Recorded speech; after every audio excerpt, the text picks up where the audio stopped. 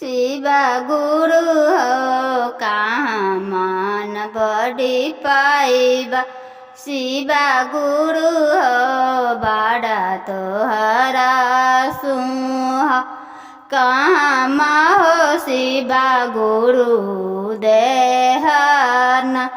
एही शिवा गुरु के बड़ायाना धियान माँ करम शिवा गुरु के शिष्या बनाएबो। शिवा गुरु हाथा जोरावे तुहारा नाही। शिवा गुरु के मंदिलिया ने आके हथवा जोरम शिवाजी के बहुत मान करबो। शिवा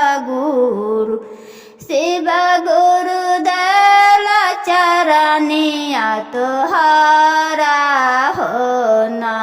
शिवा गुरु दला चरनिया बड़ा हो ना।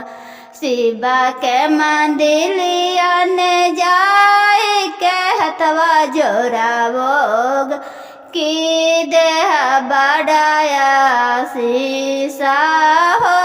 शिवा गुरु का भूला ले चुका ले मपवा कारिया मंदिलिया के हाथ ने जोरिए खारी होलियो शिवा गुरु।